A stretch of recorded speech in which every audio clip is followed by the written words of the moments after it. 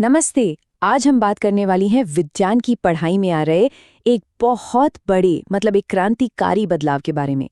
और देखिए, ये सिर्फ कुछ नई चैप्टर्स जोड़ने की बात नहीं है। नहीं, यहाँ तो सीखने का पूरा तरीका ही बदला जा रहा है। तो चलिए समझते हैं कि ये नया अध्याय आखिर लिखा कैसे जा रहा है। अब सवाल ये है कि किसी को जिज्ञासा यानी क्यूरियोसिटी सिखाई कैसे जाए। बड़ा सवाल है ना? किसी को जिज्ञासु होना सिखा कैसे सकते हैं? ये कोई फॉर्मूला तो है नहीं जिसे रटा जा सके। ये तो एक माइंडसेट है, दुनिया को देखने का एक अलग नजरिया, और बस यहीं से एंट्री होती है इंक्वायरी बेस्ड लर्निंग की। तो इस इतने बड़े सवाल का भारत का जवाब क्या है? वो जवाब मिलता है इस किताब में। इसका नाम ही है जिज्ञासा। ये क्लास 8 के लिए साइंस की एक नई टेक्स्ट बुक है, लेकिन इसे सिर्फ एक किताब समझना गलती होगी। ये तो एक नए अप्रोच, एक नए नजरिए का सिंबल है। तो ये है एक नए तरह की टेक्स्ट बुक। यहाँ से सफर शुरू होता है। और ये समझना बहुत जरूरी है कि जिज्ञासा सिर्फ पढ़ने की चीज नहीं है। ये असल में एक टूल है, एक ऐसा जरिया जो स्टूडेंट्स को एक पैसिव रीडर से एक एक्टिव एक्सप्लोरर बनाने के सफर पर ले जाता है। इसका मेन मिशन है स्टूडेंट्स को रटने वाली दुनिया से निकालकर असली वैज्ञानिकों की तरह सोचने पर मजबूर करना। अब लक्ष्य सिर्फ ये नहीं है कि फैक्ट्स रट लो, नहीं, अब मकसद है स्टूडेंट्स को साइंटिफिक खोज की पूरी प्रोसेस में शामिल करना, यानी सवाल पूछना, फिर जांच पड़ताल करना और फिर अपने खुद के नतीजों तक पहुंचना। तो देखा जाए तो स्टूडेंट की भूमिका सिर्फ जानकारी लेने वाले की नहीं रही, बल्कि अब वो ज्ञान बनाने में एक पार्टनर बन रहा है। तो अब जरा मॉडर्न लर्निंग के विजन को समझते हैं। इन पन्नों के पीछे की फिलॉसफी क्या है? देखिए, ये जो बदलाव है ना, ये कोई अचानक से नहीं हो गया। ये एक बहुत बड़ी एक नेशनल सोच का हिस्सा है। तो चलिए देखते हैं कि ये सब एक बिगर पिक्चर में कैसे फिट होता है। ये सब कुछ जुड़ा हुआ है भारत की नेशनल एजुकेशन पॉलिसी 2020 से। हाँ, यही पॉलिसी वो बुनियाद है, वो नींव है जिस पर जिज्ञासा जैसी किताबें तैयार हो रही हैं। और ये हमारे एजुकेशन सिस्टम को मॉडर्न बनाने की दिशा में एक बहुत ही साफ कदम है। तो इस नए फ्रेमवर्क के मेन गोल्स क्या हैं? देखिए, जोर इस बात पर नहीं है कि स्टूडेंट्स क्या सीख रहे हैं, बल्कि इस पर है कि वो कैसे सीख रहे हैं।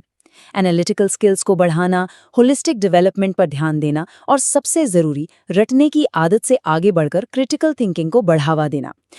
अब फोकस है करके सीखने पर, सवाल पूछकर सीखने पर। और ये जो रटने वाला कल्चर था ना, उससे ये एक बहुत बहुत बड़ा शिफ्ट है। तो चलिए अब जिज्ञासा टेक्स्ट बुक के अंदर झांकते हैं। ये यंग साइंटिस्ट्स के लिए एक पूरी टूल किट है। अब सवाल ये है कि ये सारी फिलॉसफी असल में दिखती कैसी है? तो चलिए किताब के पन्ने पलटते हैं और देखते हैं कि इन आइडियाज को लागू कैसे किया गया है। इस किताब की एक सबसे दिलचस्प चीज है ये सेक्शन, जांचें और सोचें या प्रोब एंड पॉन्डर। अब ध्यान दीजिए, ये वो सवाल नहीं है जो एग्जाम में आने वाले हैं। जी नहीं, इनका मकसद टेस्ट लेना है ही नहीं। इनका मकसद है दिमाग को उकसाना, सोच को जगाना।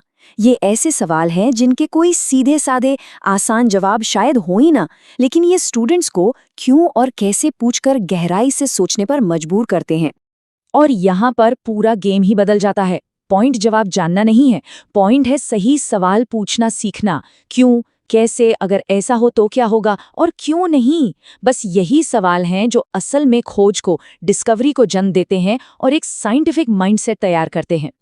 लेकिन कहानी सिर्फ जांचें और सोचे पर खत्म नहीं होती। इस किताब में और भी बहुत कुछ है। जैसे एक वैज्ञानिक बने सेक्शन में भारत और दुनिया के असली साइंटिस्ट्स की कहानियां हैं। फिर हमारी वैज्ञानिक विरासत, ये बताता है कि साइंस में भारत का क्या ऐतिहासिक योगदान रहा है। और एक बहुत ही कमाल का सेक्शन है, एक वैज्ञानिक की तरह सोचें, जो स्टूडेंट्स को चैलेंज करता है कि वो सिर्फ एक्सपेरिमेंट को कॉपी ना करें, बल्कि उसमें कुछ बदलाव करके देखें, आगे जांच करें। विज्ञान पन्ने से प्रैक्टिस तक। तो अब देखते हैं कि सीखने को एक्टिवेट कैसे किया जा रहा है। सवाल ये है कि ये सारे फीचर्स मिलकर काम कैसे करते हैं। ये स्टूडेंट्स के लिए लर्निंग को एक एक्टिव प्रोसेस कैसे बनाते हैं।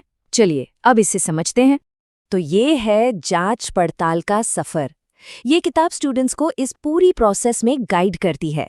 देखिए, बात सिर्फ कोई एक्सपेरिमेंट कर लेने की नहीं है। ये सफर शुरू होता है सही सवाल पूछने से। फिर उस सवाल का जवाब ढूंढने के लिए एक सिंपल सा एक्सपेरिमेंट डिजाइन करना, उसके बाद ध्यान से देखना और समझना, और आखिर में जो भी सबूत मिले हैं उनके आधार पर अपने खुद के नतीजे निकालना। बस यही तो है साइंटिफिक मेथड, है ना?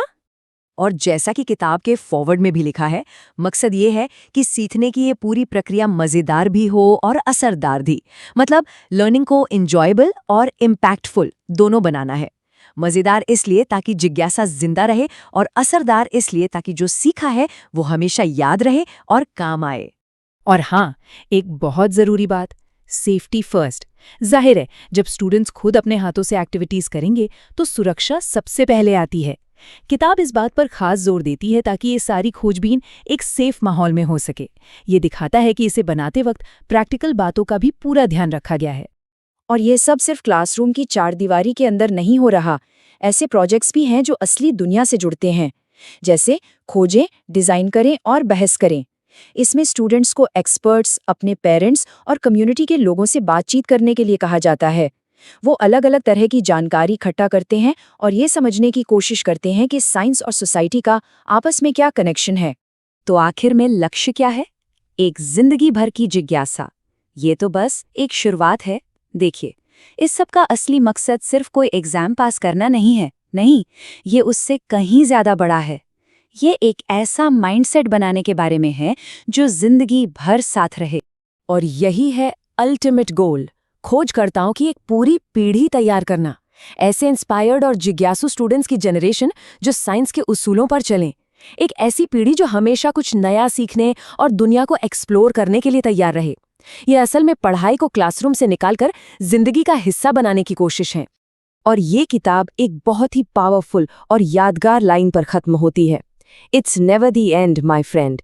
यानी ये कभी अंत नहीं है मेरे दोस्त। ये लाइन इस आइडिया को पक्का करती है कि सीखना एक कभी न खत्म होने वाला सफर है। हमेशा कुछ नया खोजने के लिए होता है, हमेशा एक और सवाल पूछने के लिए होता है।